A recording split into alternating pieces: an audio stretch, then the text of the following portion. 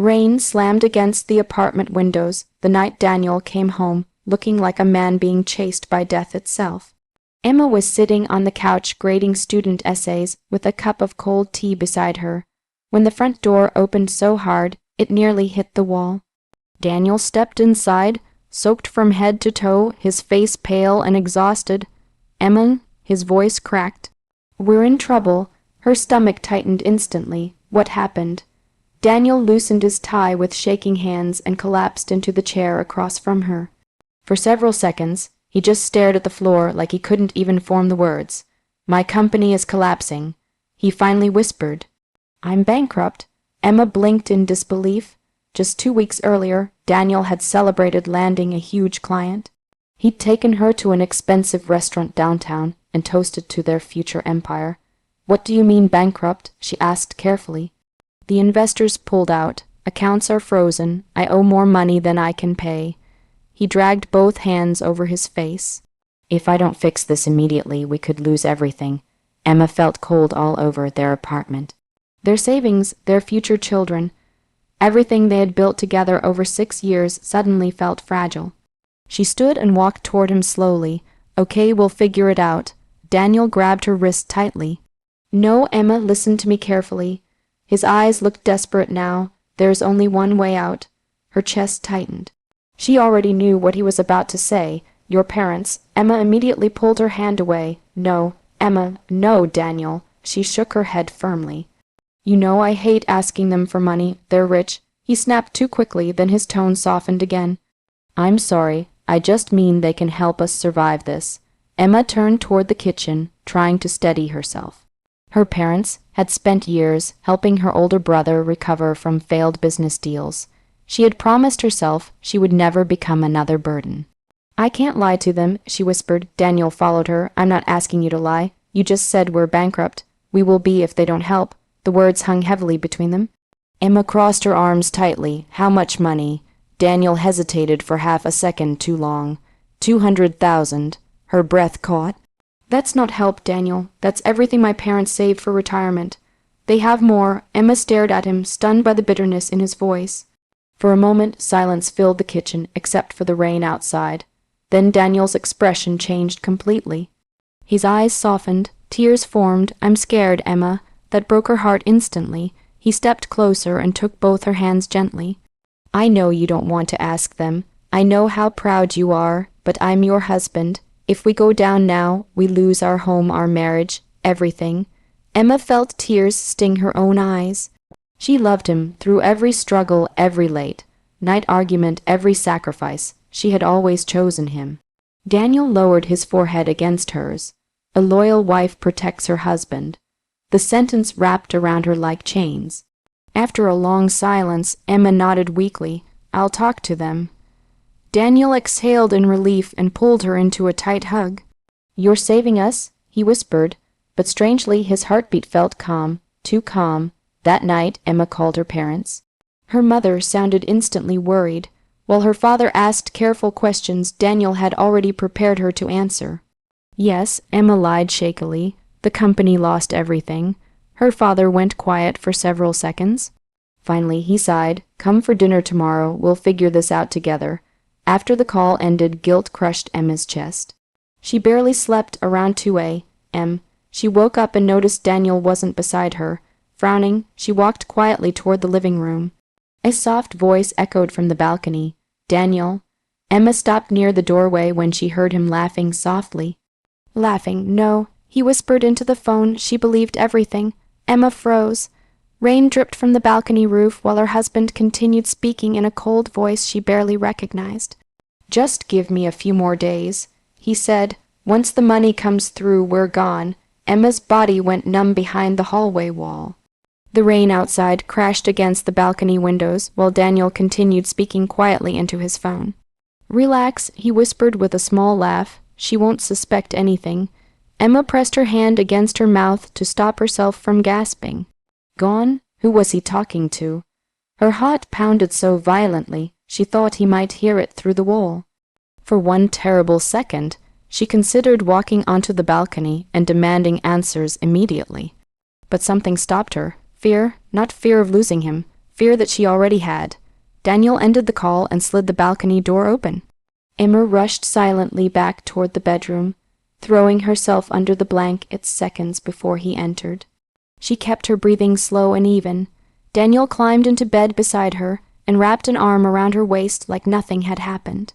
Emma stared into the darkness all night, unable to sleep. The next morning, Daniel acted perfectly normal. He kissed her forehead before work, asked if she wanted coffee, even smiled. It terrified her. For the next several days, Emma lived inside a nightmare. Daniel constantly pressured her about her parents. Did your father say when the money will be ready? You need to explain how urgent this is. Emma, every day matters. Meanwhile, his behavior became stranger. He disappeared for hours without explanation. He kept his phone locked at all times. Twice, Emma noticed him grinning at messages before quickly turning the screen away. Then came the receipts. On the 5th day, while cleaning his jacket pockets before laundry, Emma found a folded receipt from a luxury hotel downtown. 1 room, 2 guests, champagne service included. Her hands trembled so badly she almost dropped it. Daniel had told her he was staying late at the office that night. Emma sat on the bathroom floor staring at the receipt until tears blurred the words completely. Still, she said nothing. She needed proof. The next morning, she quietly logged into their shared online banking account while Daniel showered. Her stomach dropped instantly. Thousands of dollars had vanished over the past 2 months. Designer stores, expensive restaurants, weekend resort bookings. None of it made sense for a bankrupt man. And then she saw multiple transfers to an account she didn't recognize. Emma copied the account number onto paper just before Daniel walked into the room. You okay? He asked casually. She forced a smile, just paying bills.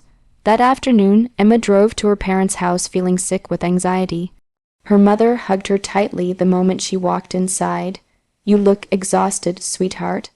Emma almost broke down right there. At dinner, her father remained unusually quiet.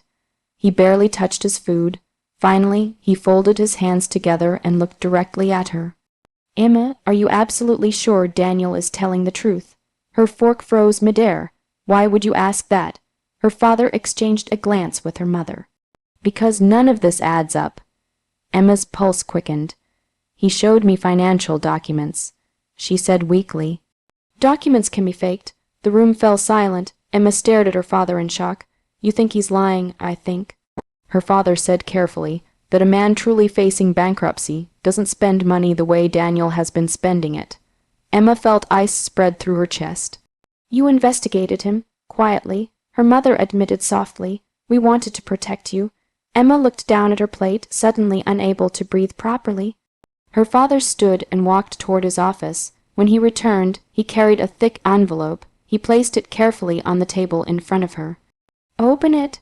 Emma's fingers shook as she pulled out the papers, bank records, hotel bookings, photographs. And then her entire body went cold. A picture of Daniel kissing another woman outside the same luxury hotel. The date on the photo was 3 days ago. Emma stared at the image while her vision blurred with tears. No, she whispered. Her mother reached for her hand, but Emma couldn't move. There's more, her father said quietly. He pulled out one final document, a plane reservation, 2 tickets, Paris, departure date 11 days from now. Passenger 1, Daniel Carter. Passenger 2, Vanessa Hale. Emma's heart shattered silently inside her chest. Then her father delivered the sentence that destroyed what remained of her marriage. Daniel was never planning to save your future, he said grimly. He was planning to disappear with your parents' money. Emma could barely feel her hands. The photograph of Daniel kissing another woman rested on the dining table like a weapon aimed directly at her heart. Every breath felt painful. For 6 years, she had defended him, trusted him, loved him completely. And all along, he had been planning an escape. Her mother sat beside her quietly, rubbing her back while tears rolled down Emma's face. I don't understand, Emma whispered brokenly. Why would he do this to me? Her father's expression hardened. Because he thought you'd never question him. Those words hurt almost as much as the betrayal itself. Emma looked again at the plane tickets. Paris, 11 days away. a new life funded by her parents' money. The humiliation burned through her chest. Daniel hadn't just lied. He had studied her kindness like a weakness. For the next hour, Emma's parents revealed everything their investigator had uncovered. Daniel's company was never bankrupt. In fact, several business deals had recently made him richer than before. The fake financial documents he showed Emma were carefully edited copies designed to create panic. But that wasn't the worst part. Her father handed her printed screenshots of messages between Daniel and the other woman, Vanessa. Emma's fingers trembled as she read them. She still believes I'm the victim. Once her parents transfer the money, we disappear. Honestly, Emma's too emotional to notice anything. Each sentence felt like another knife sliding deeper into her chest. Then she reached the final message. Marrying her was the smartest financial decision I ever made. Emma suddenly stopped crying. The tears disappeared so quickly it startled even her. A cold silence settled inside her instead. Her mother noticed immediately. "Sweetheart," Emma slowly placed the papers back into the envelope. "When did he book the flight?" "Yesterday," her father answered. She nodded once. Then she asked the question that changed everything. "Does Daniel know you investigated him?" "No." A long silence followed. Finally, Emma stood up. "He thinks I'm weak," she said quietly. Her father watched her carefully. "What are you planning?" Emma looked toward the window, where rain still poured outside exactly like the night Daniel lied to her. "He wants my family's money," she said, "so let's make him believe he's getting it." Her mother looked uneasy. "Emma, revenge won't heal you." "This isn't revenge," Emma replied softly, but deep down she knew that wasn't true. For the next week, Emma became an actress inside her own marriage. Every morning, she smiled at Daniel. Every night, she pretended to trust him, and every second of it nearly destroyed her. Daniel grew more confident each day. "You talked to your father again?" he asked constantly. "Yes," Emma answered sweetly. "He's arranging the transfer." Daniel would immediately relax afterward, sometimes even humming happily while checking his phone. The cruelty of it made Emma sick. One evening, he wrapped his arms around her in the kitchen and kissed her cheek. "We're going to survive this," he whispered. Emma almost laughed at the irony. Meanwhile, her parents worked quietly behind the scenes. Their lawyer gathered evidence of fraud. The investigator tracked Daniel's secret meetings with Vanessa. Emma herself secretly copied files from Daniel's laptop whenever he showered or slept. What she discovered shocked even her father. Daniel had prepared divorce papers already. Hidden inside a password, protected folder was a document titled Post-Trans or Exit Plan. Emma stared at the screen in disbelief. He had planned everything carefully: take the money, leave the country, file for divorce overseas, and disappear before anyone could stop him. But Daniel made one mistake. He underestimated the woman he betrayed. 3 days before the flight, Emma finally gave him what he wanted. At dinner, she smiled softly and reached across the table for his hand. "My father agreed," she said.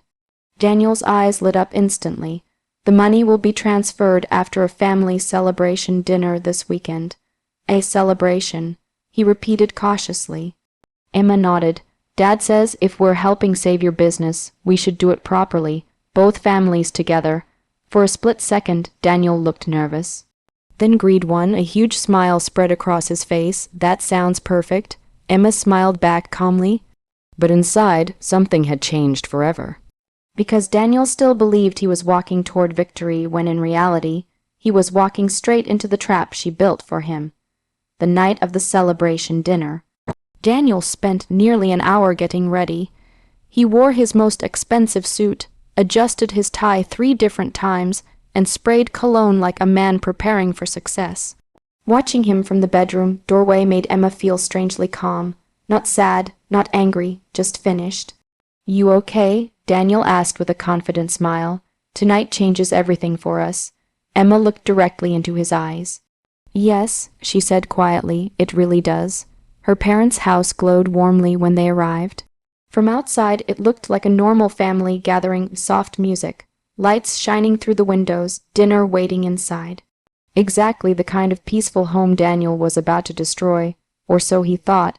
The moment they entered, Emma noticed how carefully everything had been arranged. Her father sat at the head of the dining table with unusual calmness.